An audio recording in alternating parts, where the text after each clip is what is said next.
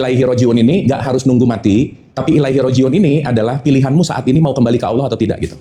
Jadi tolong lepasin dulu pemikiran konvensional bahwa hidup, mati, Allah. Hidup, meninggal, Allah gitu. Ya enggak lah. Kenapa? Karena Allah beserta kita di mana saja kita berada. Bahagia itu sebenarnya udah ada atau belum? Udah ada atau belum?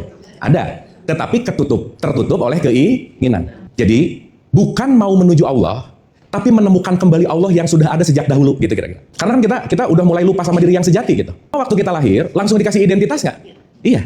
Identitas itu aslinya kita atau pinjaman? Dikasih nggak? Berarti kita ditempelin, betul? Abis itu kita dapat jabatan, dapat status, dapat pengetahuan, tempelan-tempelan semua nggak kira-kira? Iya.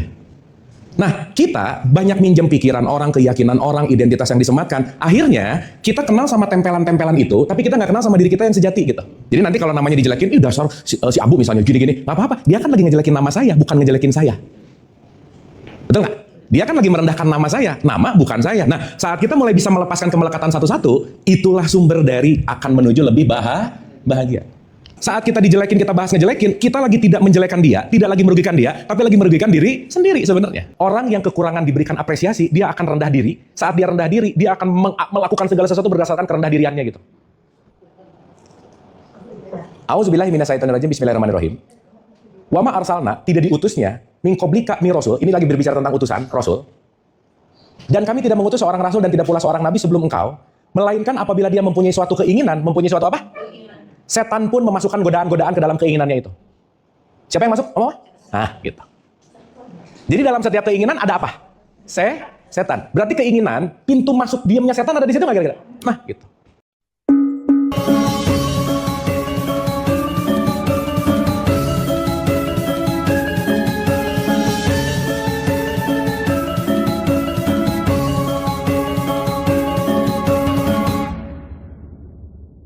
Mama sehat semuanya? Alhamdulillah. Oh kakak, iya maaf. Nah, ini soalnya udah terkenal seantero jagat raya pengajian oma-oma nih. Wah, ditunggu loh. Wah, luar biasa lah. Soalnya di sini pengajian yang pesertanya paling muda usia 70 ya. Oh 60. Oh 80 ya. Paling muda 80 tahun, coba luar biasa nggak? Oh, udahlah. Ya, itu berarti kalau 80 tahun yang akan datangnya saya ya. Iya. Jadi setengah gitu ya. Oma-oma udah 40, saya masih di alam baka ya, nggak jelas. Iya. belum tahu mau dihidupin atau enggak. Dan yang paling menarik, meskipun ini kajian oma-oma, tapi salah satu kajian yang bikin modul pengajian ini dijadiin sebuah makalah, itu luar biasa. Kita tepuk tangan dulu dong buat tim penyusun Oma Ire. Ini ada Ibu Tisi juga ya. Ini coba detail banget dari awal kata-katanya. Wah, luar biasa ini. Hebat banget ini. Harapannya mudah-mudahan nanti jadi buku kali ya. Iya, kalau jadi buku ini kita udah berapa pertemuan yang dimakalahkan gini, top banget loh. Siapa tahu oma-oma kita bukan hanya mewariskan harta tapi mewariskan pengetahuan gitu ya, buat cucu ya, berarti ya levelnya udah bukan anak lagi, cicit kali ya. Cicit. Top, luar biasa, hatur nuhun, ini keren banget ya makalahnya, nuhun pisan. Duh, ini beneran jarang banget nih ada satu kajian yang bikin makalah sedahsyat ini gitu. Tapi pertanyaannya dibaca nggak ya? Ya itu sih pertanyaannya ya, nggak apa-apa juga sih ya. Yang penting udah ada ya. Oh, udah ngikutin. Kalau udah ngikutin nggak usah dibaca. Oke, sebelum kita mulai kita hening dulu, kita landing dulu ke sini. Siapa tahu masih ada pikiran-pikiran yang nyangkut di mana gitu ya. Jadi kita buka hati dulu dengan ber-Al-Fatihah. Mari kita hening sejenak oma-oma. Yang berat-beratnya dilepasin dulu, yang khawatir cemas dilepasin dulu. Kita buka hati kita hening sejenak. Ala hadiniyah Al-Fatihah. A'udzubillahi minasyaitonirrajim. Bismillahirrahmanirrahim. Alhamdulillahirabbil alamin arrahmanirrahim maliki yaumiddin. Iyyaka na'budu wa iyyaka nasta'in ihdinas siratal mustaqim. Siratal ladzina an'amta 'alaihim ghairil maghdubi 'alaihim waladdallin. Amin. Allahumma arini ala asya'a mahiyya. Amin amin ya Allah ya rabbal alamin. Hatur nuhun, terima kasih, dan supaya semangat kita tepuk tangan dulu dong buat kita semua. Hatur nuhun juga sahibul bait, hatur nuhun, terima kasih yang selalu menyediakan rumahnya, tempatnya untuk kita sama-sama belajar. Oke, seperti biasa Oma-Oma ada 2 pertanyaan di awal. Mau materi dulu baru pertanyaan atau pertanyaan yang mau dibahas? Mau dengerin dulu atau mau nanya dulu, yang mana? Dengerin dulu ya. Nah, berarti malas mikir ya, nggak apa-apa sih. Udah pokoknya denger aja ya. Oke, Oma-Oma inget ya bahasan terakhir kita sama Mas Faiz. Semua orang saiki nengkene ngene aku gelem. Itu rumus yang dipakai kapanpun pasti itu akan ngebuat kita much more happier gitu ya. Karena pada dasarnya kalau mau dicari pembahasan yang paling eksistensial, tidak ada orang yang mau atau tidak ada orang yang tidak mencari yang namanya bahagia. Tapi hari ini kita akan menyadari bahwa bahagia itu bonus, jangan dicari. Karena kalau nyari bahagia, nggak pernah berproses menuju bahagia, nggak akan pernah dapat bahagia. Makanya hari ini banyak orang shortcut, pokoknya cepat bahagia. Akhirnya ngapain? Korupsi. Pokoknya cepat bahagia, akhirnya ngapain? Bohong, dan seterusnya. Padahal nanti kita akan ngerti bahwa happy atau bahagia itu adalah bonus. Ya, sama seperti kalau kita pengen punya buah jeruk di taman, buahnya itu bonus dari setiap hari kita menanam. Betul nggak Oma-Oma? Ya, jangan berharap pengen ada jeruk kalau tiap hari jeruk mana. Kalau nggak nanam nggak akan ada jeruk. Jadi kalau boleh kita akan memahami, jangan mencari kebahagiaan, tapi nikmatilah dan cintailah prosesnya. Bahagia itu adalah bonus. Setuju? Oke. Nah, sekarang kita akan sedikit lanjut, Oma-Oma, karena ini berkaitan dengan the happiness gitu ya. Karena ini berkaitan dengan yang namanya tingkat atau level dari konteks yang namanya kebahagiaan. Seperti biasa, saya akan pinjam Al-Ghazali di sini, saya akan pinjam Mula Sadra, saya akan pinjam Ibnu Arabi, saya akan pinjam dari beberapa perspektif tasawuf, psikologi, ada sainsnya. Pokoknya kita racik supaya jadi pembahasan yang renyah dan bisa dibawa pulang gitu. Setuju? Oke ya? Oke. Nah, saya mau memulai dulu begini, Oma-Oma. Kalau kita bicara dalam perspektif hidup, saya selalu pengen mengulang-ulang dari basic design, ya. Kita berbicara tentang inna lillahi wa inna ilaihi rojiun. Please, Oma-Oma, kalau dengar inna lillahi wa inna ilaihi rojiun, jangan lagi memikirkan itu urusan mati, bukan. Karena ilaihi rojiun ini nggak harus nunggu mati. Tapi ilaihi rojiun ini adalah pilihanmu saat ini mau kembali ke Allah atau tidak gitu.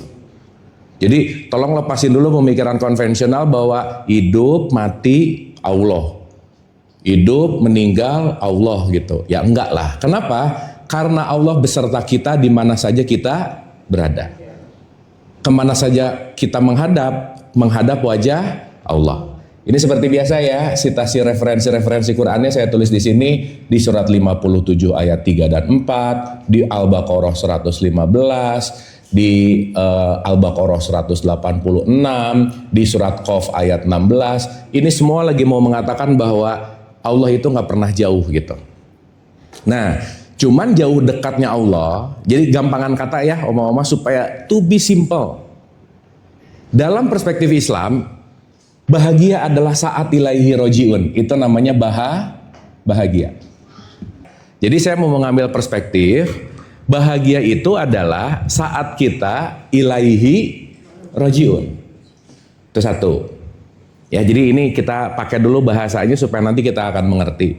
Artinya, saat keluar dari ilaihi rojiun, pasti lagi tidak bahagia. Nah, istilah yang sering kita pakai, kan kalau di ceramah konvensional tuh suka hidup mencari ridho Allah. Pernah dengar nggak? Oh. Nah, di sini nanti ada kata-kata ridho Allah. Gitu. Makanya di surat 98 ayat 8, Allah ridho kepadamu dan kamu pun ridho kepadaku gitu. Nah, jadi ini kenapa saya pakai garis berbolak-balik? Karena hubungannya selalu berbolak-balik. Kausalitas lah bahasanya. Ya, dah. Ulang sekali lagi. Innalillahi wa inna ilaihi, berarti kembali kepada Allah bukan urusan jarak. Ya, sekali lagi ya. Tetapi ini lagi bicara dalam konteks yang namanya spektrum atau dimensi. Contoh. Bahagia itu sebenarnya udah ada atau belum? Udah ada atau belum? Ada. Tetapi tertutup oleh keinginan. Jadi sekarang pertanyaannya, kalau mencari bahagia berarti bukan mau sesuatu yang nggak ada dan dicari, bukan. Tapi kalau boleh saya pakai bahasa yang lebih gampang, bukan mencari tapi menemukan kembali. Oke, Mama? Bukan mencari tapi menemukan kembali. Kenapa? Karena barangnya udah ada. Karena spektrumnya udah ada, cuman ketutup. Jadi sesuatu yang udah ada seakan-akan jadi tidak ada. Nah, begitu juga kalau kita pakai perspektifnya Ibnu Arabi misalkan, Allah tuh nggak pernah terpisah dari kamu. Cuman karena ketutup. Di situ kita merasa bahwa Allah di mana ya gitu. Sama kayak ginilah oma-oma kalau ya lagi agak kerusuh buru-buru, kacamata di sini sih, ya. Kacamata mana ya? Kacamata. Ada yang suka gitu nggak kira-kira? Nah, sip. Tiap hari ya. Itu menunjukkan usia memang sih ya. Nggak ada urusan nama usia. Artinya apa? Sesuatu yang ada tapi tidak disadari, itu intinya. Makanya antara happiness dan consciousness, bahagia dan kesadaran, ini nanti akan sangat relate sekali oma-oma. Ya. Jadi bukan mau menuju Allah, tapi menemukan kembali Allah yang sudah ada sejak dahulu, gitu kira-kira. Makanya perjalanan kita ini bukan mencari, tapi menemukan ulang. Makanya ingat ya waktu kita bahas di Ramadan, Ramadan itu menuju fitrah nggak? Tidak, tapi kembali ke fitrah. Tawaf itu mengikuti jarum jam atau melawan? Melawan karena maunya kembali. Jadi singkat cerita, kita adalah kebahagiaan yang ketutupan banyak sekali keinginan dan kita mau kembali lagi kepada ruang kebahagiaan itu gitu. Artinya, kalau pakai bahasa perspektifnya Ibnu Arabi atau Imam Ghazali, kita adalah yang lagi berjalan menuju kepada keluar dari Allah dan mau mendekat kembali kepada Allah, gitu kira-kira. Sampai sini oke? Oke. Oke nggak ini? Oke. Ya. Kenapa disebut keluar? Karena kan kita ketutup, Bu. Karena kan kita udah mulai lupa sama diri yang sejati gitu. Ingat nggak waktu kita bahas? Oma-oma waktu kita lahir langsung dikasih identitas nggak? Iya. Identitas itu aslinya kita atau pinjaman? Orang tua. Dikasih nggak? Berarti kita ditempelin, betul? Abis gitu kita dapat jabatan, dapat status, dapat pengetahuan, tempelan-tempelan semua nggak kira-kira? Iya. Nah, kita banyak minjem pikiran orang, keyakinan orang, identitas yang disematkan. Akhirnya kita kenal sama tempelan-tempelan itu, tapi kita nggak kenal sama diri kita yang sejati gitu. Sampai sini oke? Maka saat tempelan-tempelan itu terasa real banget, itu akhirnya jadi bahasanya disebut melekat. Kemelekatan. Contoh lah yang paling gampang. Jabatan itu tempelan sementara nggak? Nah sekarang saya tanya, kalau udah jelas-jelas tempelan sementara, dianya pengen selamanya, tersiksa nggak hidupnya? Nah gitu. Makanya ada yang disebut post power syndrome. Ada yang disebut sebagai dia tidak bisa melepaskan sesuatu yang nempel. Gitu kira-kira. Sehingga bahasa gampangnya kita dalam tanda petik dilekatkan sesuatu yang bukan diri kita dan kita sedang tidak mengenali diri kita yang sejati gitu misalnya. Sampai sini oke? Contoh oma-oma contoh. Oma-oma pernah nggak namanya dijelekin terus sakit hati? Pernah? Oh sering ya boleh. Ya coba ya coba nih. Yang sejati itu namanya sang aku. ditempelin nama. Nama itu aku bukan? Bukan. Makanya kalau disebut namanya jadi namaku. Betul? Sehingga saat namaku sudah melekat kepada aku, seakan-akan nama itu adalah aku. Seakan-akan. Jadi nyenggol nama, aku ikut kesenggol. Ini yang lebih nggak abstrak ya, supaya lebih gampang. Oma-oma maaf ya, mobil tetangga keserempet sama mobil sendiri keserempet, yang lebih sakit hati mobil tetangga atau diri sendiri? Atau mobil kita? Kenapa? Karena kita melekat kepada mobil. Nyenggol mobil, nyenggol gua gitu. Kemelekatan. Padahal yang ditabraknya mobil nggak? Diri kitanya? Enggak. Tapi bisa sakit hati karena kenapa? Aku melekat kepada mobil. Mobil bukan aku, tapi aku melekat kepada mobil. Terjadi apapun sama mobil memengaruhi aku gitu. Sampai sini oke? Clear ya?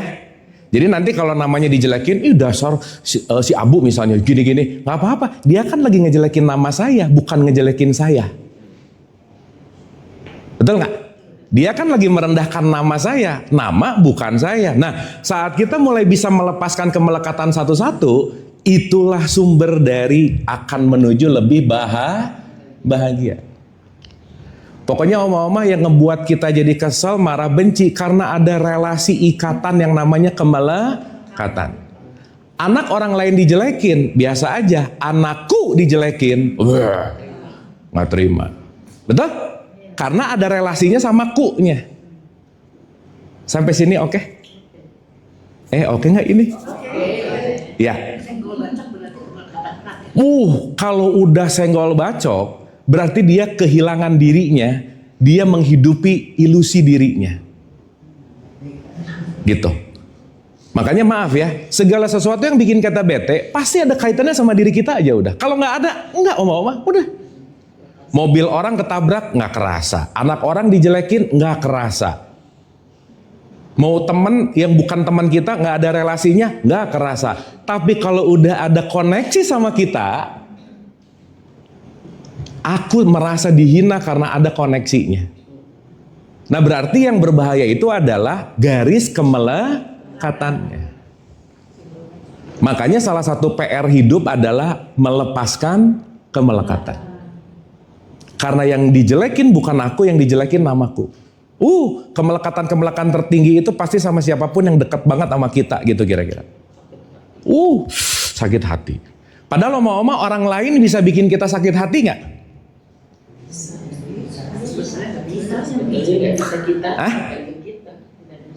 Kita mulai ya. Nih, yuk pelan-pelan. Sampai sini oke dulu ya. Ulang dulu ya. Premis hari ini, saat ilahi rojiun terjadi happiness, karena saat ilahi rojiun kita lagi melepaskan semua kemelekatan kecuali Allah. Itulah yang disebut mencari ridho Allah. Berarti mencari ridho Allah adalah bonus ketika orang mampu melepaskan kemelekatan. Contoh, saat kesel, si kesel ini bertamu sama kita nggak? Iya. Si kesel ini saat bertamu sama kita punya pilihan, mau pakai keselnya atau enggak. Betul nggak Mama? Jadi saya bisa memilih saat kesal datang, ngambek, atau kesal datang, ya udah aja, nggak usah ngambek, tapi ini kesal lagi bertamu aja sih, gitu. Berarti yang mengontrol hidup kita, kekesalan atau diri sendiri? Harusnya atau seyogyanya diri sendiri. Jangan sampai kekesalan, kebencian, kemarahan, senggol bacok tadi yang mengontrol diri kita gitu. Nah, kita bagi beberapa tipikal manusia dulu hari ini. Ya, pelan-pelan. Sampai sini oke? Jadi innalillahi wa inna ilaihi raji'un, lepas nggak salah ada meninggal, innalillahi musibah, nggak salah. Tapi kembalikanlah kepada kesadaran tertinggi, kembalikanlah kepada, nanti kesadaran tertinggi itu namanya apa? Penerimaan.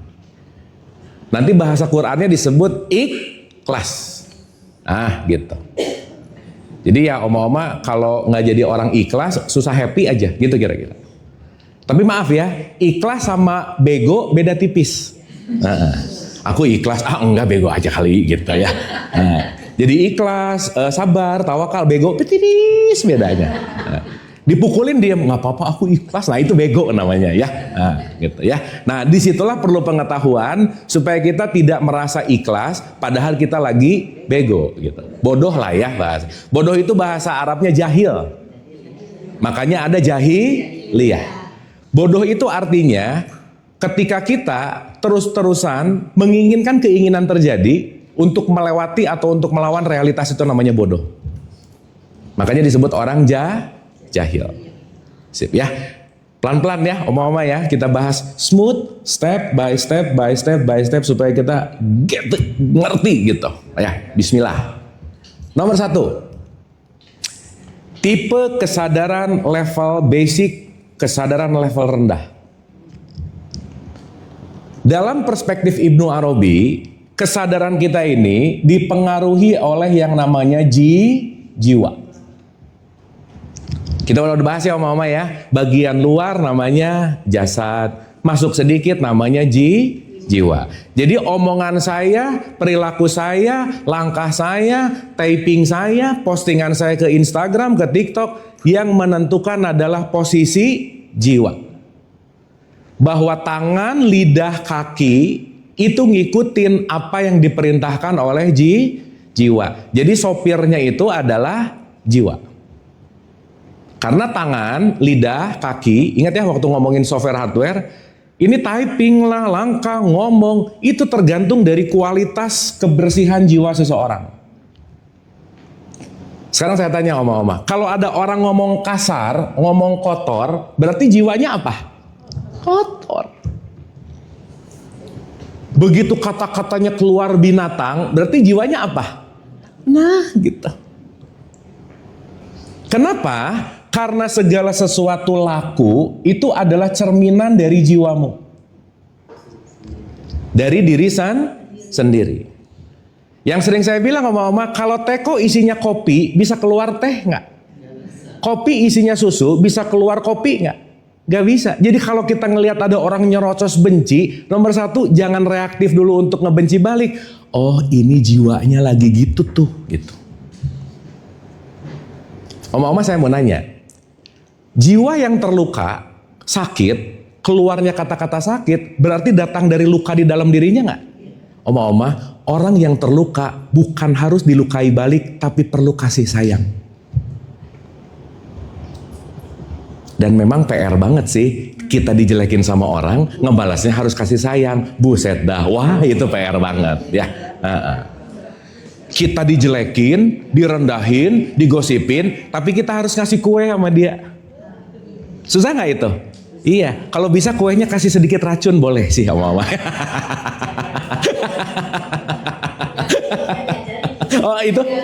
Oh itu nggak usah diajarin. Oh iya benar, ini udah 40 ke atas ya. Dari saya 2 kali lipat ya, itu udah jago banget. Paham ya? Makanya di surat 41 ayat 53 ada kalimat bagus deh oma-oma. Balaslah perbuatan buruk dengan kebaikan. Beda antara orang yang jahat dan orang yang baik. Kenapa? Saat kita dijelekin, kita bahas ngejelekin, kita lagi tidak menjelekan dia, tidak lagi merugikan dia, tapi lagi merugikan diri sendiri sebenarnya. Sampai sini oke? Nah, level 1 kesadaran di dalam konteks jiwa, level paling rendah itu namanya amarah, oma-oma. Pernah dengar gak kata-kata amarah? Makanya di surat 12 ayat 53, amarah itu selalu mendorong kita menuju kepada kejahatan. Saya pakai gampang bahasa ya. Amarah itu kira-kira gini lah. Pokoknya kudu harus. Nah itu amarah namanya. Pengen sekarang, kudu sekarang ada. Oh itu udah dorong terus. Itu namanya level yang namanya amarah. Jadi amarah itu menekan, mengharuskan, wajib. Makanya oma-oma maaf ya, selagi kita masih banyak harus dalam hidup, rada susah bahagia aja udah. Harusnya, udah mulai itu.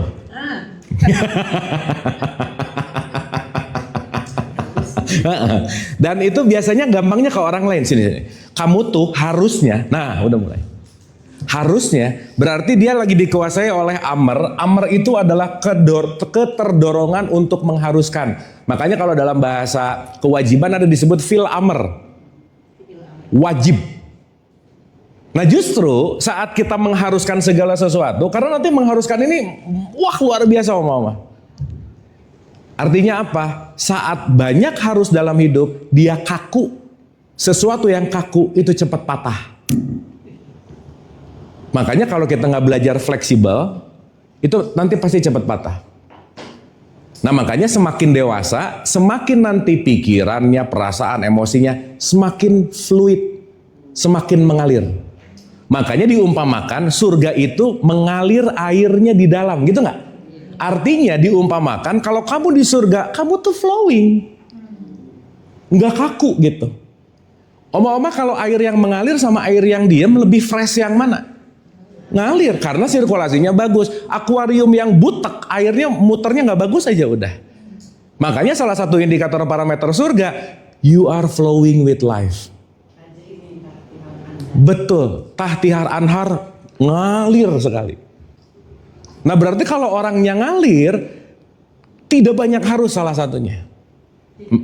Gak banyak harus, gak banyak kudu. Punten-punten mohon maaf ya. Ini rada susah terjadi sama orang yang terlalu perfeksionis, susah aja. Ini agak susah terjadi sama orang yang terlalu idealis, susah aja. Idealis oke, tapi kalau nggak realistis, N. Perfeksionis oke, tapi kalau nggak realistis, N.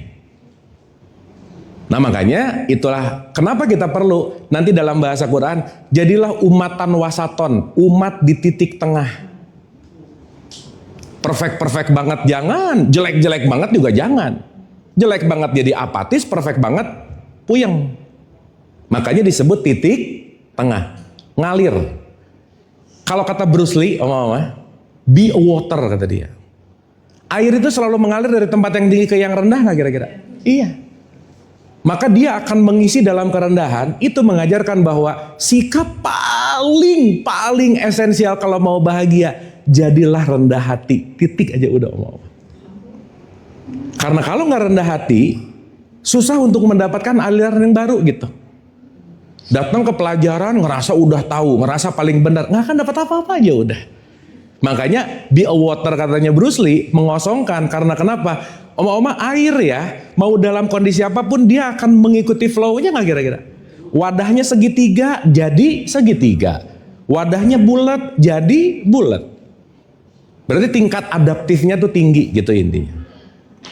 Sampai sini oke? Clear? Oke nggak ini?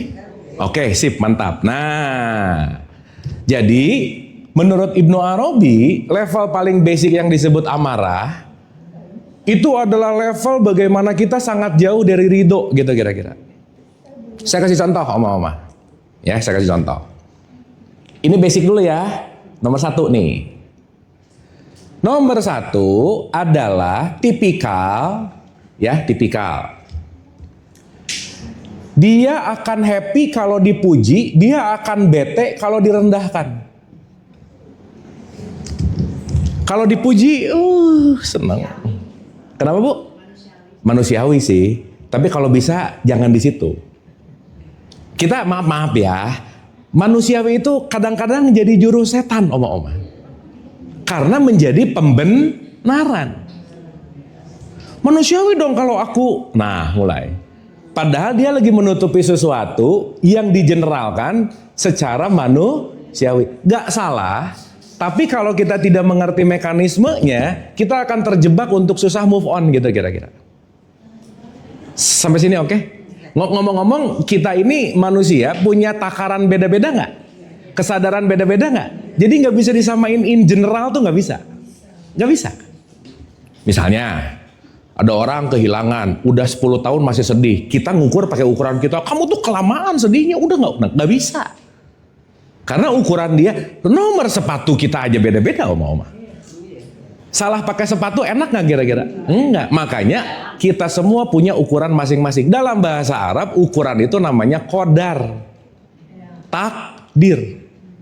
Ada size-nya gitu. Ya. Nah, saya mau pakai istilah yang lebih mudah supaya kita ingat, Oma-oma. Level 1 orang kesadaran tingkat rendah itu dia menyimpan remote control hidupnya ke orang lain. Nitip. Jadi kira-kira ketemu orang yang menyenangkan, happy dia. Kenapa? Dia menyenangkan. Tapi begitu ketemu orang yang menyebalkan, ketemu orang yang memuji, ketemu orang yang mencela, gitu.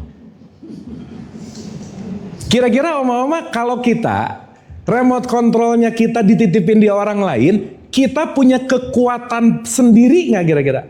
Enggak. Akhirnya mikirnya selalu, aduh mudah-mudahan dia tuh berubah, mudah-mudahan dia tuh berubah, mudah-mudahan dia tuh berubah, mudah-mudahan. Jadi mengontrol sesuatu yang tidak bisa kita kontrol. Sampai sini oke? Nah, di level ini hidupnya tuh selalu bereaksi. Reaktif. Jadi kalau dipuji happy banget, besok-besok nggak dipuji, wah drop banget gitu. Besok-besoknya lagi candu, pengen dipuji. Oma-oma maaf ya, ini satu case loh. Ada orang rajin sedekah bukan karena ikhlas, karena begitu sedekah dia disebutin terima kasih, dia kecanduan dipuji, maka dia sedekah gitu kira-kira. Oma-oma maaf ya kalau orang makasih keren, itu nyaman nggak buat kita? Kalau kita dipuji kan maksudnya sih nggak nyaman. Ada rasa enak nggak di sini? Enak, tapi hati-hati jadi candu, kecanduan. Sampai sini oke? Clear ya? Jadi basic level yang paling rendah, orang di tipikal amarah itu adalah orang yang reaktif. Orang yang remote kontrolnya disimpan di orang lain. Berarti hidupnya diatur orang lain terus nggak kira-kira? Iya. Ini tuh tipikal gini-gini tuh yang tipikal orang-orang, kamu kok berubah sih? Nah udah gitu aja. Kamu kok jadi, kamu kok, kenapa? Jangan lupa Mama, setiap orang, setiap manusia selalu mengalami yang namanya perubahan. Oke? Clear ya? Jadi saya mau nanya ke pertanyaan awal. Bisa nggak orang berbuat kita sedih? Bisa nggak kita sakit hati sama orang lain? Kalau di level ini. Oke? Nah, dalam perspektif Ibnu Arabi, kalau bisa jangan lama-lama diamarah lah. Naik ke level yang namanya lawamah. Lawamah itu bahasa gampangnya sudah mengambil remote control yang di luar. Di nomor 2 kita sudah bersama remote control diri kita. Aku yang menentukan. Coba oma-oma maaf ya, lagi nonton TV, remote controlnya disimpan di teman, lagi asik dipindahin, bete nggak kira-kira? Bete. Kenapa? Remote controlnya dititipin sih di dia gitu. Coba ambil, mau ngencengin terserah, mau ngecilin terserah, mau ganti channel terserah. Kenapa? I own my life.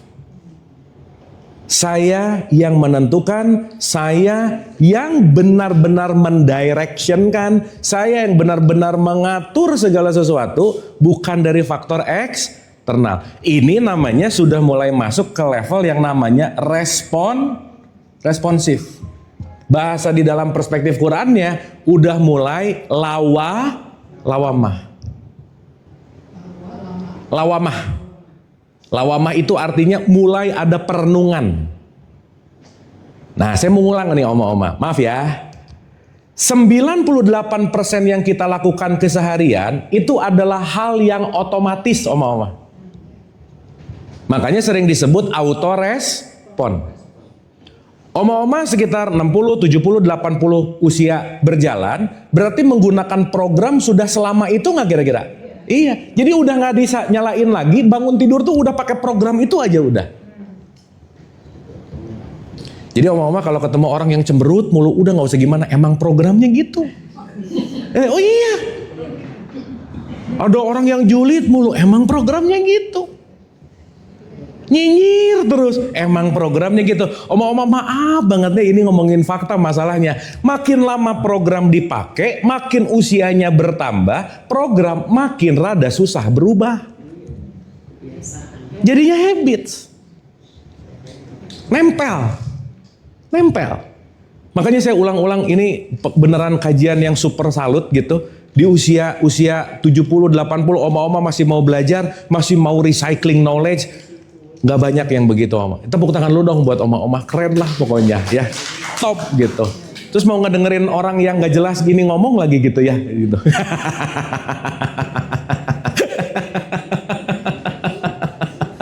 Top gitu. Karena maaf ya, status yang namanya amarah itu si yogianya oma-oma. Kalau mau pakai bahasa keren sekarang, dia tuh pengennya status quo, nggak mau berubah. Udah pokoknya gitu aja. Nah maaf nih ya, ini senjata utama di level 1. Aku orangnya emang gini. Udah aja oma-oma. Udah aja.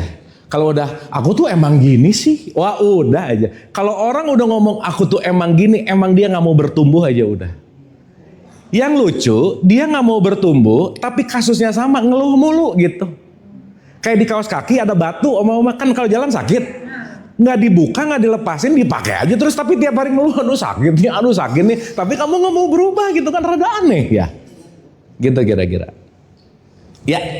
Berat lagi. Dia bilang, saya begini, kalau kamu bawa terima, ya sopang. Dia salah gua lagi. Menarik ya. Nah, berarti ibu salah teman, Bu. Tapi nggak apa-apa sih. Belajar. Kan kita punya rumus sama Oma. Ciri-ciri orang takwa adalah sabar, betul? Siapa yang bikin kita jadi orang sabar? Orang yang menyebalkan. Jadi kalau kita nggak pernah ketemu orang menyebalkan, skill sabar kita nggak akan naik levelnya gitu kira-kira. Ya, tapi kelamaan juga pegel sih ya. Jadi milih-milih lah boleh ya, gitu kira-kira. Karena kita boleh milih. Mati nih bentar ya. Dah, sip. Sampai sini oke? Oke? Oke. Sekarang oma-oma sebelum saya lanjut, coba kita renungin dalam 1 minggu terakhir ini oma-oma. Coba dirasain ya. Dalam 1 minggu terakhir ini, oma-oma remote control dirinya banyak di luar atau banyak di dalam? Gimana? Dalam seminggu ini ada nggak? Gara-gara dia ikut marah, gara-gara dia ikut kesel. Ada gitu-gitu nggak kira-kira? Nah, nanti oma-oma cek mana yang remote control banyak di luar, mana remote control yang sudah saya pegang. Nah, kalau udah di lawama, tingkat otomatisnya. Nah, ini kalau mobil tuh kan sekarang matic diem udah gitu oma-oma. Di sini kita memang harus agak mundur ke zaman jadul sih. Di sini kita harus merubah, bukan harus sih, perlu merubah dari program otomatis menuju manual gitu oma-oma. Manual. Karena misal begitu ngelihat motif orang pakai baju nggak suka dengan keotomatisan kita nggak nyaman, nggak pantas misalnya. Itu terjadi nggak mikir dulu, terjadi nggak ada bagaimana kita mau hati-hati sama pikiran. It's happening, terjadi secara otomatis. Betul? Nah sekarang saya tanya, oma-oma waktu ngelihat orang ini jelek, ini buruk, ini oke, ini nggak oke, kira-kira itu penilaian dia atau penilaianku? Berarti yang menilai aku atau dia? Aku. Berarti begitu. Jelek. Yang jelek yang mana? Di sini. Kebetulan ketemu ini, aku merefleksikan jelek. Begitu ketemu yang bagus. Itu taste-nya dia atau taste-nya kita? Terima kasihlah kepada siapapun yang datang karena dia mengingatkan taste-nya kita gitu. Nah, di level lawama kira-kira nih. Begitu ngelihat kesel banget, otomatisnya pindah ke manual, ceklek. bukan langsung komen, tapi mulai menyadari ada apa nih? Kok aku punya perasaan gini sama dia gitu. Oke? Kalau udah ada apa, mulai yang remote kontrolnya dari dia diambil. Sah. Terus mulai mikir gini, kalau marah ngurangin energi, bikin capek, bikin lemes, bikin gak berguna, udah gak usah direspon lah, biarin aja gak apa-apa. Perlu marah kepada sesuatu yang semua menyebalkan buat kita gak? Enggak, maka pilihlah marahmu dengan bijaksana. Bukan gak boleh marah, bukan. Karena kita gak bisa gak marah, gak bisa. Tapi milih-milih yang kira-kira itu keputusan oma-oma sendiri bukan gara-gara dia. Karena kalau aku marah gara-gara dia nyebelin, berarti remote kontrolnya di dia, betul gak? Nah saat ambil, tapi memang masih pengen marah, baru terekam, silahkan, boleh gitu kira-kira. Tapi saat marah, pastikan that's your choice. Pastikan itu pilihanmu. Bukan trigger, bukan kepancing. Karena kalau kita kepancing mulu oma-oma, kebayang gak sehari ketemu orang nyebelin 10 orang, lemas kita oma-oma. Capek.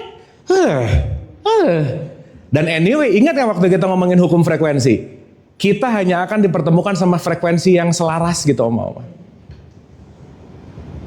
Sampai sini oke? Clear? Jadi level amarah, remote control di luar. Kita diatur mulu, diatur pasangan, diatur anak, diatur cucu, diatur tetangga, diatur temen, diatur terus hidupnya. Di remote terus gitu dari luar, kanan. Padahal nggak pengen ke kanan gitu oma-oma, tapi di luar ngeremote ke kanan, kita jadi nggak nyaman. Ini tiba-tiba kalau bahasa sekarang namanya people pleaser, nggak enakan. Nggak pengen datang sih, tapi nggak enak datang jadi nggak nyaman, capek misalnya. Oke? Makanya kan kalau di slogan-slogan yang sering kita dengar, be yourself. Kalau be yourself kan jadilah dirimu sendiri, artinya apa? Keputusan di tanganku sendiri. Bukan pinjam sama orang lain gitu kira-kira. Oke? Oke? Nah, di kelasnya Ibnu Arabi, ini level yang top of the line nih. Top. Namanya, ya ayatuhan nafsul mutmainnah. Ini nih, happiness ada di sini nih oma-oma. Wahai jiwa-jiwa yang tenang. Sekarang saya tanya, jiwa bisa nggak tenang kalau kita tidak melatihnya untuk tenang? Nggak bisa. Menurut kitab hikamnya, banyak lah ya dalam perspektif hikam, itu dikatakan gini, jiwa itu seperti binatang buas, kalau kamu tidak menjinakkan, maka dia akan selalu buas. Contoh, contoh. Oma lagi main ke hutan, ketemu singa, takut nggak? Takut lah, kan buas. Misal ini contoh-contoh. Dah. Tapi datang ke sirkus, lihat singa, seneng nggak? Nah, karena di sirkus singanya udah jinak, beda. Udah nggak seliar di hutan gitu. Gitu ya. Ibnu Athaillah bilang, jiwa yang tidak dijinakan akan selalu liar, maka PR besar kita adalah menjinakkan jiwa itu supaya tidak liar. Bahasanya Imam Ghazali itu yang disebut tazkiyatun nafs. Sampai sini oke? Jadi basic desainnya memang ada di sini terus sih. Emang liar. Oma-oma mungkin yang punya dogi pasti ngerti. Dogi yang tidak terlatih sama trained dog, beda gak kira-kira? Beda banget. Oh, kalau yang dogi-dogi yang terlatih, pup tahu tempatnya, pipis tahu tempatnya. Kenapa? Dia dilatih. Dogi bisa dilatih nggak? Bisa. Yang susah dilatih siapa?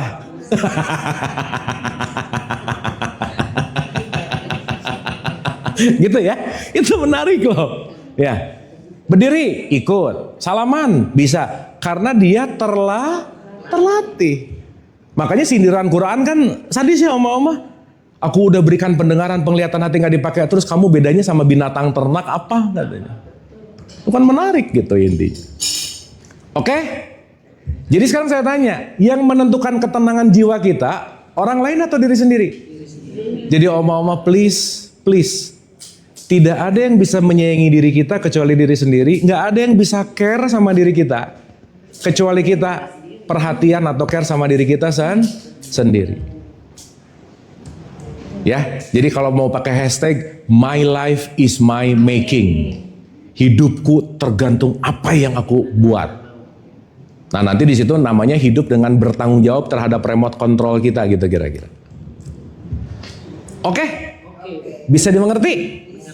Clear? Nah, sebelum lanjut, oma-oma, ya sebelum lanjut, nanti abis ini kan kita bakal ketemu kejadian-kejadian, betul? Oh, entah nanti ketemu inilah, itulah. Rumus ini dipakai oma-oma. Misal, ini paling gampang tuh kalau udah mulai nyebelin, gak enak. Kalau happy-happy mah udah aja ya, gitu. Begitu nyebelin, remote control dipinjem nih. Berarti saat ada kesel, sadari dulu bahwa remote control lagi dipinjam. Nomor 1, jangan bertindak apa-apa dulu. Freeze dulu. Kalau bahasanya Quran, kenapa sholat itu sangat esensial? Disitulah yang disebut tumak ninah. Sadar dulu bahwa oke, ini mau kejebak nih. Ambil dulu. Kalau mau pakai nafas santai dulu boleh, relax dulu boleh. Artinya cuma satu aja oma-oma. Jangan sampai kejadian sama tindakan itu terlalu cepat terjadi gitu kira-kira. Ini yang paling bahaya nih. Salah lihat dari jauh keburu ngambek. Padahal salah lihat misalnya. Hati-hati. Karena penglihatan kita bisa menipu. Pendengaran kita bisa menipu. Betul nggak? Sehingga berikanlah jeda antara kejadian dan yang namanya keputusan. Sampai sini oke? Nah, jeda antara kejadian dan keputusan, semakin jedanya panjang, semakin clear mengambil keputusan. Itu namanya khusyuk. Jadi oma-oma kalau ketemu orang nyebelin khusyuk. Remote control nih. Di situ kalau mau masih marah, masih kesel, terserah, tapi pastikan pilihan kita. Bukan gara-gara dia. Contoh oma-oma. Saya mau pinjam ceritanya dari Imam Ali nih. Ya, top banget. Lagi perang. Kalau perang nusuk-nusuk itu nggak kira-kira? Iyalah pasti. Kan namanya juga perang gitu. Sesabar-sabarnya perang, segimanapun kan nggak mungkin. Ayo, kan nggak mungkin gitu. Pasti ada defense gitu. Dikisahkan di dalam satu kisah bahwa Imam Ali lagi mau memenggal orang memenggal orang. Dia udah gini, musuh nih ceritanya. Pas mau gini, dia ngeludah, ke sini. Kan kesal kali ya. Mungkin ini las yang bisa saya di sini. Begitu diludahin, di sini Imam Ali diam pedangnya. Berhenti om. Kenapa coba? Ini reasonnya nih. Ditanya, kenapa nggak diterusin? Ini kira-kira ya, ini saya ceritain pakai bahasa yang gampang. Kenapa nggak dihantam aja gue dah? Imam Ali bilang gini. Waktu aku mau menebaskan awal, tidak ada kebencian karena ini adalah hal yang paling proper yang perlu dilakukan. Nggak ada hatred di situ karena ini adalah sesuatu hal yang dialirkan.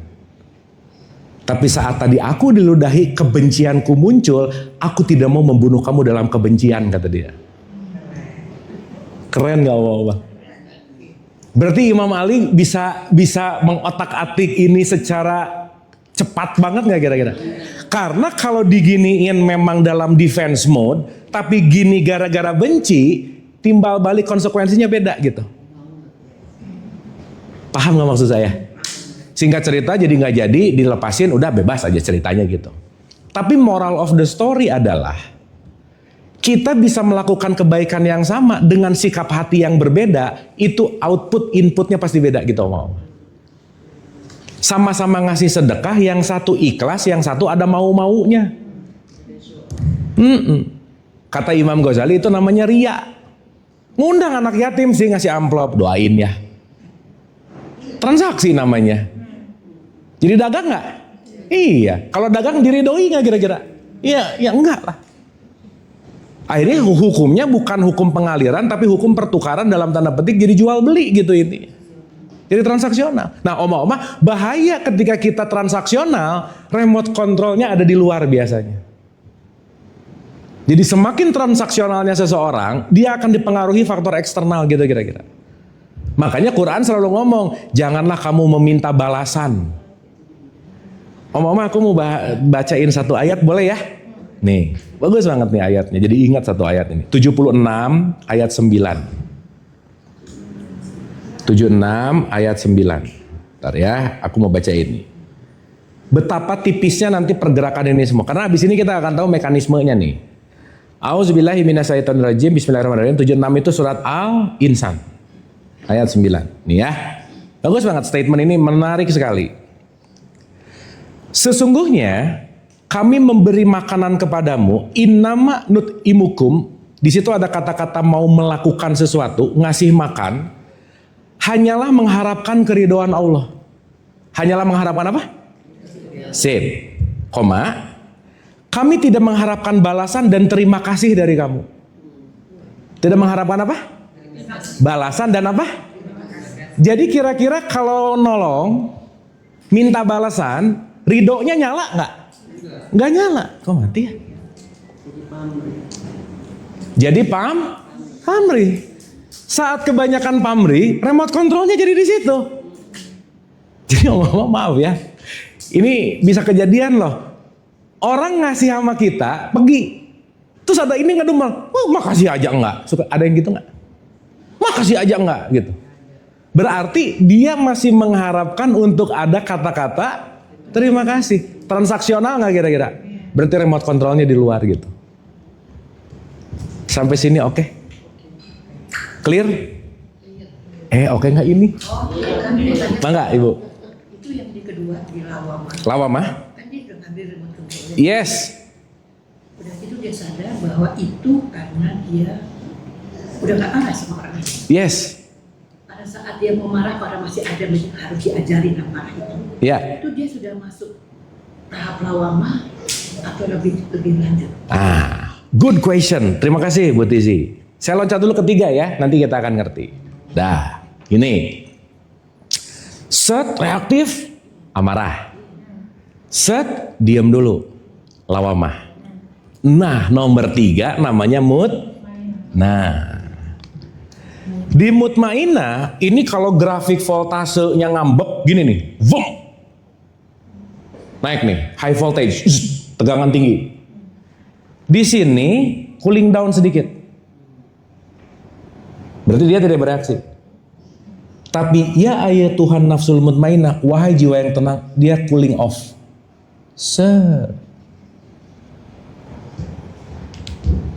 Sehingga di level 3, quote and quote, di dalam jiwa yang tenang, disitulah petunjuk akan hadir. Nah, saya kaitkan dengan pertanyaan. Contoh oma-oma. Set kesel. Pertanyaan saya, ngomong lagi kesel sama ngomong lagi tenang beda nggak kira-kira? Nah gitu. Meskipun kesel, ini harus gimana? Tapi aku belajar cooling down dulu. Begitu tenang, baru ngomong. Begitu tenang, baru diskusi. Begitu tenang, baru bereaksi. Kenapa? Reaksi saat ada di level 1, di level 2, level 3, outcome-nya, kembali in return-nya, itu pasti berbeda. Contoh. Marah suka nempel di sini nggak oma-oma? Gitu ya. Set, marah nih sama siapa? Apalagi oma-oma jangan lupa. Pen-trigger voltase tertinggi dalam hidup untuk kemarahan, kebencian, apapun itu. Pasti orang-orang terdekat aja udah pasti. Udah aja. Orang dekat tuh perilakunya biasa aja, tapi nggak tahu kenapa push the button, tinggi banget gitu. Kalau orang lain mungkin sama, nggak akan setinggi itu gitu. Karena memang itu nanti jadi satu sistem sih. Jadi sistem. Contoh. Marah nih, kesal banget. Pengen banget ngata-ngatainnya detik itu gitu. Dia tuh sebenarnya ingat sama mama, saat dia tuh si petunjuk lagi ngumpet nggak? Lagi ketutup nggak? Iya kan ada di sini.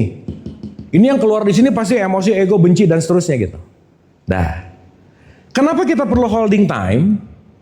Supaya apa? Supaya yang nanti kita kerjain datangnya dari petunjuk, inilah yang nanti disebut ridho Allah.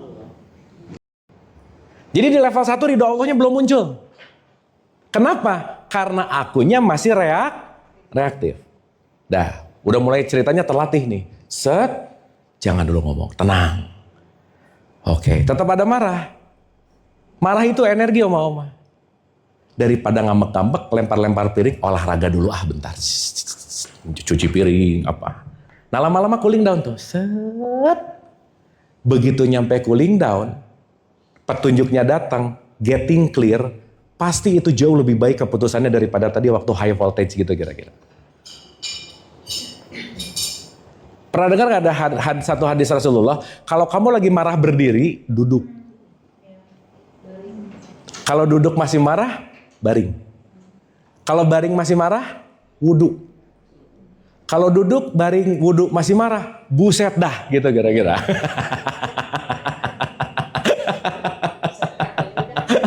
Terserah dah. Nah, itu berarti program gitu kira-kira. Ya. Paham ya? Jadi oma-oma, di level 1, please kalau bisa nomor 1 jangan ngomong, nomor 2 jangan ngambil keputusan. Diam dulu. Freeze dulu. Khusyuk dulu. Kenapa? Karena yang lagi bergejolak bukan ridho Allah. Nah pun tetap harus marah, pengen apa tapi udah di level di sini, nanti beda outputnya gitu.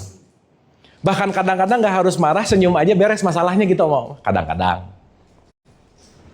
Ya, dan ini nanti akan membuat sebuah program, dan ini akan membuat sebuah yang namanya habits. Oke? Nah, ini mekanismenya sekarang. Ini the best partnya di sini oma-oma. Saya ulang dulu sedikit boleh ya? Ulang. Innalillahi wa inna ilaihi rajiun. Dari petunjuk kembalilah ke petunjuk. Petunjuk di dalam diri kita ditutupi oleh amarah, lawamah. Jadi kasaran kata, tiap hari kita mengambil keputusan jangan-jangan bukan ridho Allah tapi mau-maunya aku. Makanya tiap sholat selalu gini nggak? Ihdinas sirata, tunjuki jalan yang lurus. Balikin lagi ke petunjuk dong. Balikin lagi ke petunjuk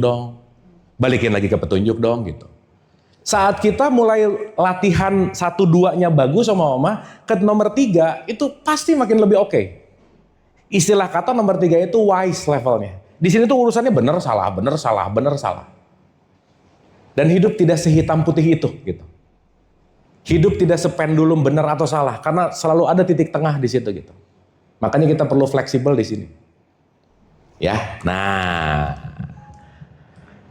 Berarti petunjuknya udah ada atau belum? Udah dong, udah ada. Tapi jarang keakses karena keburu action. Ngomong lagi marah, petunjuk gak keakses. Istilah kata, mau ngapa-ngapain, akses dulu ke petunjuk gitu kira-kira. Ya, nah sekarang kita bagi nih oma-oma. Jiwa nih ya, itu di belakang terdalamnya itu ada yang disebut dengan yang namanya sang kesadaran murni, atau ini yang disebut, saya pakai dulu bahasa petunjuk. Jadi bahasa gampangnya, saat kita melampaui jiwa, kita bisa mengakses ruang petunjuk gitu. Saya ulang ya. Ini kita nih di sini nih. Kejadian. Level 1-2 itu pasti bergerak dari yang namanya jiwa. Di dalam jiwa terdalam itu ada yang namanya petunjuk. Nanti kita akan ngerti. Jadi kita bisa dipengaruhi oleh jiwa atau petunjuk sejati. Nanti petunjuk ini yang disebut percikannya Allah gitu. Itu sama dengan consciousness. Consciousness. Yes. Consciousness itu di sini. Kesadaran. Di sini kesadaran, di sini kebiasaan. Berarti kalau udah pakai kebiasaan, kesadaran ketutup nggak biasanya? Iya. Jadi kalau kita dipengaruhi 98% kebiasaan, kesadarannya ngumpet, Mama. Nggak kelihatan. Oke? Nah, contoh. Nomor 1. Keputusan kita dipengaruhi nomor 1, namanya nafs. Apa, Mama? Bahasa gampangnya ingin. Itu nomor 1. Ya, jadi decision itu datang karena aku pengen. Oh, pengen nanti macam-macam tuh. Makanya Mama di keinginan kita ada siapa? Saya bacain lagi ya ayatnya ya. Nih. Nanti Mama kenal pasti sama yang satu ini. Oh, kenal deket lagi. Sobat. Sobat kental ya. 22 ayat 52. Oh, ini bagus banget statement ini karena ini disebutnya juga pakai ke level-level utusan gitu. Nih ya, bagus banget nih kalimatnya. 22 Al-Hajj ayat 52. A'udzubillahi minasyaitonirrajim. Bismillahirrahmanirrahim. Wa ma arsalna, tidak diutusnya min qablika mi rasul. Ini lagi berbicara tentang utusan rasul. Dan kami tidak mengutus seorang rasul dan tidak pula seorang nabi sebelum engkau, melainkan apabila dia mempunyai suatu keinginan, mempunyai suatu apa? Setan pun memasukkan godaan-godaan ke dalam keinginannya itu. Siapa yang masuk? Mama? Gitu. Jadi dalam setiap keinginan ada apa? Setan. Berarti keinginan, pintu masuk diemnya setan ada di situ nggak kira-kira? Nah, gitu. Padahal boleh jadi nggak butuh, tapi pengen. Betul? Berarti sekarang yang jelas-jelas setan ngumpet ada di mana? Bukan, di diskon. Udah gitu aja. Iya. 50% sale. Nggak butuh sih, beli. Benar nggak? Kalau Mama ke Singapura ada setan di situ ya. Ya. Jadi strategi 77, 88, 99 itu strategi setan sebenarnya. Untuk membuat kita yang nggak butuh-butuh amat jadi ingin. Sampai sini oke? Oke? Contoh Mama ya. Maaf nih ya, ini gampangan aja udah. Keinginan itu pasti melibatkan indrawi, Mama. Indrawi, indria.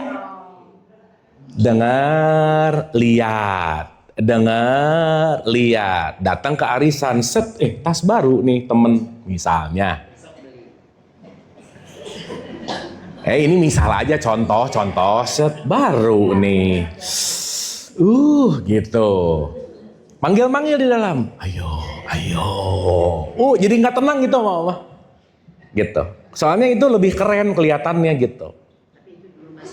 Oh, dulu masih muda, sekarang udah menjadi-jadi.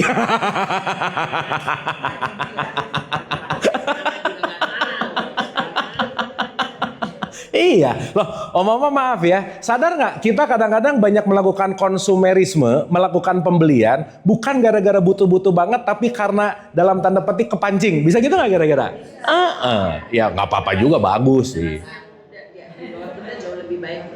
Jauh lebih baik ya, nggak terlalu ya. Mereka lebih tahu apa yang mereka butuh ya, tapi mungkin nggak ketahuan sih. Ketahuan orang tuanya. Tapi paham nggak maksud saya? Nah, begitu biasanya jujut gitu. Makanya kalau ke PIM di mana Mango, Prada tuh dadah gitu. Nggak mau nengok ya. Makanya Mama, ini boleh dipakai ya. Doa masuk PIM.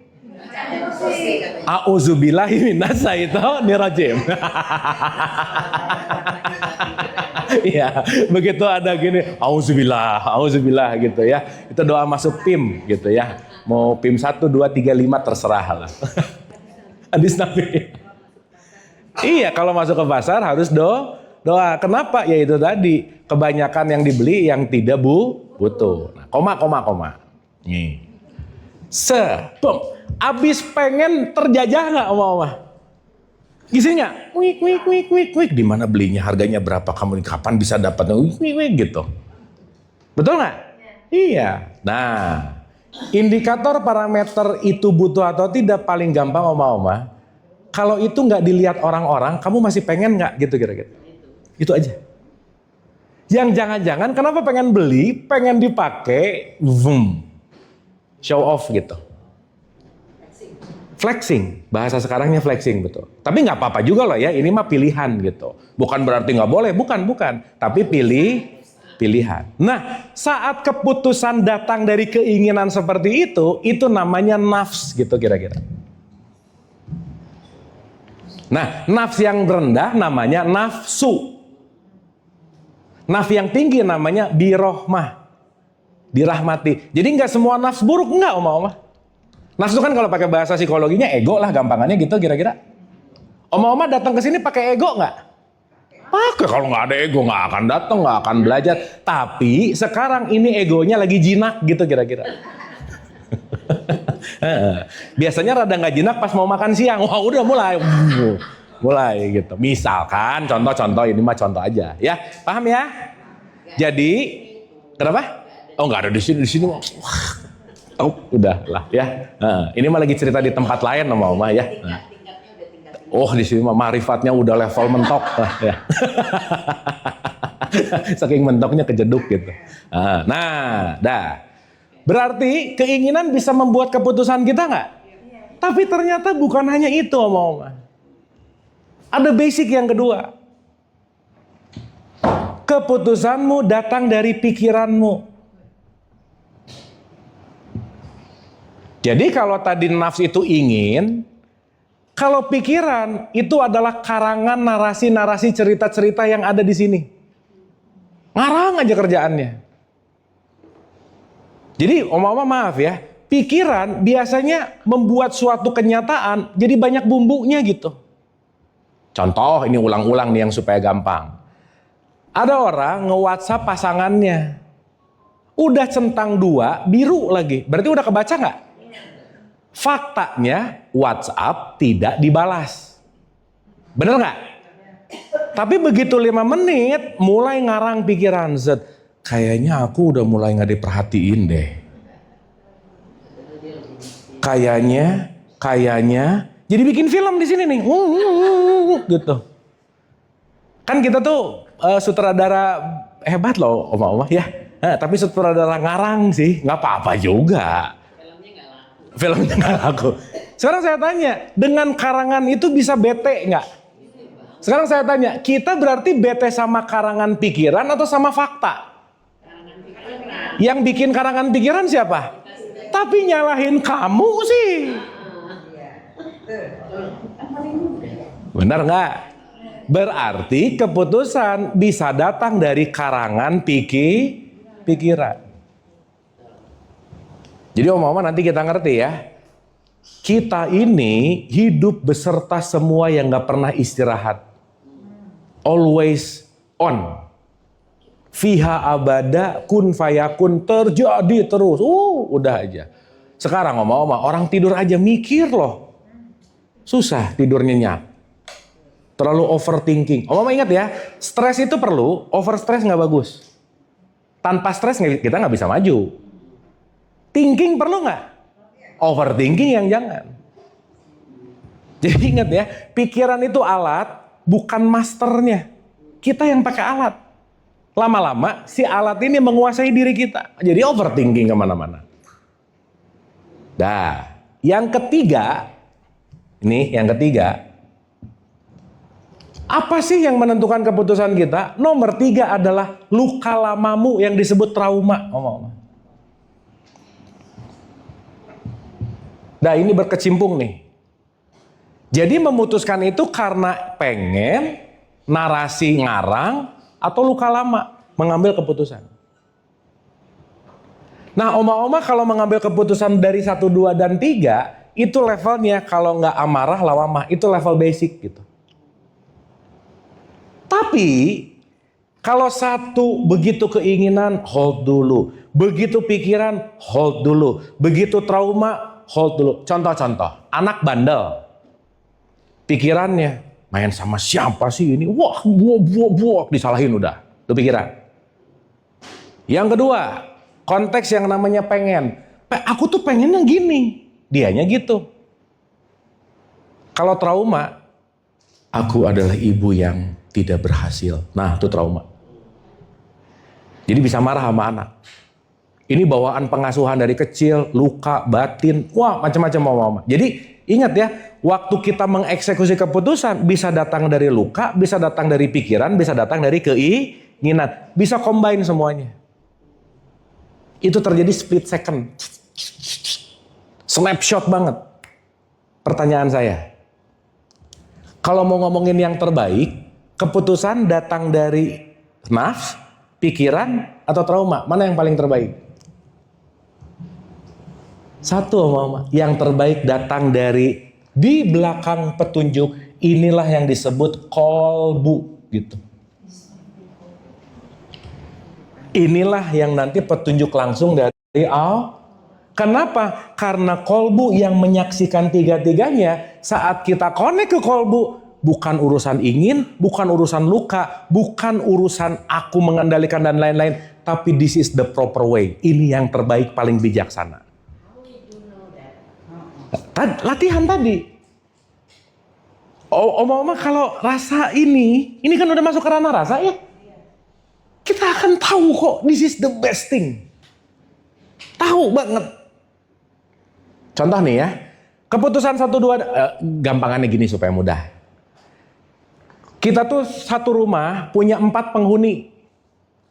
Penghuni 1 namanya nafs, penghuni 2 namanya penghuni 2 namanya pikiran, ketiga trauma, keempatnya kolbu. 4-4-nya ada di sini. Atau mau saya kecilin lagi supaya gampang. Di dalam diri kita ada 2 suara, 1 suara Allah, 2 suara setan. Udah gitu aja. Kenapa? Gampangan yang setan ya? Iya nggak apa-apa juga. Nah, bahasa gampangnya 1, 2, dan 3 ini setan aja, gampangannya gitu.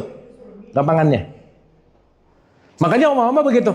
Auzubillahi minasyaitonirrajim. Artinya, aku tidak mau ngambil keputusan dari ingin, dari trauma, dari yang namanya pikiran. Hold dulu. Akseslah kolbu. Ini kalau bahasa di sholat sunnah, pernah dengar nggak?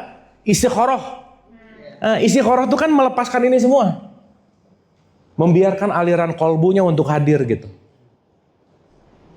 Berarti oma-oma kalau tadi pertanyaannya how to, 1, jangan terlalu didikte oleh keinginan, itu 1.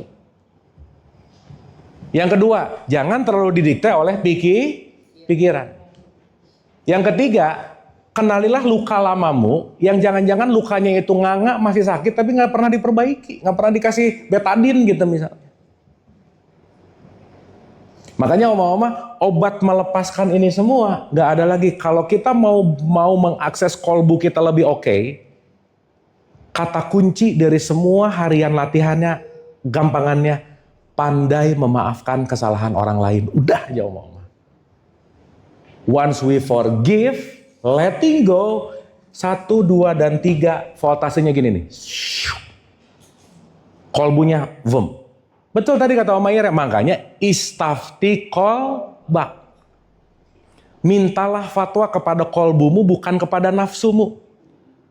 Mintalah fatwa kepada kolbumu bukan kepada luka batinmu. Kenapa? Saat luka batin teriak jadi perilaku, berarti itu action dari luka batin kita nggak kira-kira? Aksi reaksi terjadi gitu. Oke, Oma-oma? Oke. Clear ya? Ini supaya kita nggak abstrak, amarah, lawamah, mutmainah. Ini kan kadang-kadang abstrak nih. Tapi kalau kita ngerti mekanisme ini bisa praktikal dalam daily life gitu. Nanti kan begitu, tadi kejebak keinginan, harusnya nggak usah beli, nggak apa-apa, besok latihan. Tadi itu aku punya trauma. Oma maaf ya, Orang yang kekurangan diberikan apresiasi, dia akan rendah diri. Saat dia rendah diri, dia akan melakukan segala sesuatu berdasarkan kerendah diriannya gitu. Contoh nih yang nyata, pagi-pagi bos datang ke anak buahnya, nanti siang meeting. Baru nanti siang meeting langsung, aduh gua salah apa ya? Aduh nanti gimana ya? Aduh ini dipecat nggak ya? Stres gitu omong. Padahal cuma pengen ngobrol si bosnya, bisa gitu nggak kira-kira? Nah gitu. Oke? Clear ya? Bisa dipahami? Udah mulai bisa beda-bedain ya? Nah, ini akan terlatih secara sangat top kalau emang kita pakai keseharian. Pikiran nih. Oma-oma, nggak semua pikiran harus diiyahin. Iya. Nggak semua keinginan harus dibeli sekarang dan dipenuhi sekarang misalnya. Makanya perlu holding time. Nah, holding time itulah saat dimana kita bisa mengakses yang namanya kolbu. Makanya di 1328, kalau kamu mengingat, kalau kolbumu akan tenang, kalau mengingat Allah. Jadi oma-oma maaf ya, ingat Allah tuh bukan Allah. Bukan. Ingat nih si kolbu yang terhubung, ingat kalau aku mengambil keputusan pakai nafs kah, pikiran kah, trauma, saat ini bergejolak, sholat. Terhubung. Inna sholati wa nusuki wa mayaya wa mamati lillahi rabbil alamin. Gak ada pikiran, gak ada gak ada pikiran, gak ada keinginan, gak ada trauma, gak ada la ilallah. Gitu. Tidak ada ilah selain Allah. Keputusannya hanya percikannya langsung yang nanti lewat kolbu. Nah oma-oma, nanti kita bahas di the next. Orang yang mengambil keputusan lewat kolbu itu disebut orang soleh namanya. Kalau perempuan jadi soleha. Soleh itu artinya proper, bijaksana, best of the best decision dari semua apapun yang terjadi gitu kira-kira. Jadi soleh-soleha bukan urusan pakai kopiah atau gimana, bukan. Your decision yang menentukan gitu kira-kira. Nah nanti levelnya disebut hikmah, namanya bijaksana. Oke? Sip ya? Kita simpulkan dulu keseluruhan. Oma-oma dapat sesuatu nggak hari ini? Dapat ya? At least oma-oma begitu mau ngapa-ngapain, tar. Ini luka, pikiran, pengen. Ini nanti nih kesini nih kan ngeliat semua pengen semua nih. Dipikir dulu. Ini yang perlu apa ya? Nah. Kalau semangkok perlu, nggak usah nambah 2 mangkok misalnya. Misal, ya. Oke? Kesimpulan besar. Innalillah wa inna ilaihi raji'un. Dari petunjuk, dari kesadaran, dari kolbu, kembalilah ke kolbumu. Saat kita kembali ke kolbu, itu yang pasti akan diridhoi oleh Allah. Berarti gampangan kata, disukai adalah kamu ngikutin maunya aku gitu. Kan gak pernah kepisah nih oma-oma. Berarti Allah bukan tidak hadir tapi ketutup sama nafs. Allah bukannya jauh tapi terhalang oleh pikiran. Allah gak pernah kemana-mana tapi tertutup oleh trauma gitu. Saat ininya clear, diberesin, di pelan-pelan diregulasi lah bahasa sekarang, maka kita akan masuk ke level di sini. Dan ini terjadi diulang-ulang dalam proses pembelajaran yang gak ada berhentinya gitu kira-kira. Oke oma-oma, selamat lebih mengenal dirinya sendiri. Selamat kita sama-sama, oh aku tuh. Nah semakin kita pindah ke kolbu, happiness itu terjadi. Karena tidak diremot lagi sama orang lain. Bukan gak enakan juga. Tapi aku memilih pilihanku dan aku bertanggung jawab terhadap pilihanku. Titik, udah. Itulah nanti kalau pakai bahasa besar disebut mencari ridho Allah. Oke oma-oma. Terima kasih. Dan semoga ini nanti akan jadi pelajaran untuk dilatih. Dan bukan hanya diam atau stay di dalam pengetahuan, tapi mari kita aplikasikan dalam keseharian. Kita hening sejenak boleh? Untuk menutup kajian kita di pagi hari ini. Al-Fatihah. Auzubillah. Bismillah. Alhamdulillahirabbil alamin arrahmanirrahim. Iyyaka na'budu wa iyyaka nasta'in ihdinas siratal mustaqim. Siratal ladzina an'amta 'alaihim ghairil maghdubi 'alaihim waladdallin. Allahumma rabbik firli wali walidayya warhamhuma kama rabbayani shaghira. Rabbana atina fid dunya hasanah wa fil akhirati hasanah wa qina adzabannar wa adkhilnal jannata ma'al abrar ya aziz ya ghafar ya rabbal alamin. Subhana rabbika rabbil izzati amma yasifun wa salamun alal mursalin walhamdulillahi rabbil alamin. Amin amin amin ya Allah ya rabbal alamin. Oma-oma, terima kasih. Semoga pembelajaran hari ini sekali lagi bukan hanya dalam pengetahuan yang bertambah, tapi masuk kepada kesadaran dan latihan keseharian. Dan yang paling penting terakhir, oma-oma tetap sehat dan bahagia. Wabillahi taufiq wal hidayah. Assalamualaikum warahmatullahi wabarakatuh. Aku bilang kalau kita ada sesuatu kejadian kita jangan reaksi dulu. Ya. Tenang dulu, jadi kayak ambil jeda ya supaya tapi itu juga bukan perbuatan yang mudah ya. Iya, iya. Kesadaran itu nggak membuat kita bisa bertahan untuk tidak bereaksi. Betul, betul Bu. Iya. Supaya kita melatih makin tenang. Karena kesadaran untuk berkesadaran. Iya. Itu juga nggak mudah. Betul, betul. Gini, contoh ya, nih.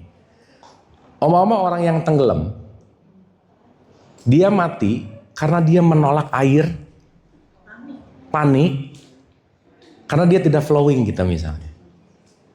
Tapi saat dia tenang, getting clear, mungkin dia bisa lebih baik kita kira-kira. Nah artinya, memang kalau kita mau bicara dalam fase latihan, ketidaknyamanan kita, penderitaan kita memang akan membuat kesadaran kita akan jauh lebih bisa tumbuh. Itu satu. Jadi yang pasti tidak melihat sebagai kebencian, penderitaan sebagai sesuatu yang buruk gitu. Itu nomor satu dulu. Karena kan kalau kita ngelihat buruk, tapi di balik buruk lagi melatih kita nggak kira-kira? Iya. Dan nggak bisa nggak Bu Tisi, saya nggak pernah bosen cerewet untuk ngomong bahwa yang paling terpenting bukan banyak taunya tapi banyak dilatihnya. Nah, kita mau hatam Quran Raya, mau tahu ilmu kesadaran sebanyak apapun, tapi nggak di embody, nggak dilatih, nggak diprogram ulang ke diri ini, semuanya hanya jadi knowledge tanpa real action gitu kira-kira. Iya, dilakoni. Ilmu iku kanti laku gitu kalau kata bahasa Jawa. Ilmu itu adalah bagaimana sesuatu yang dilakukan berulang-ulang.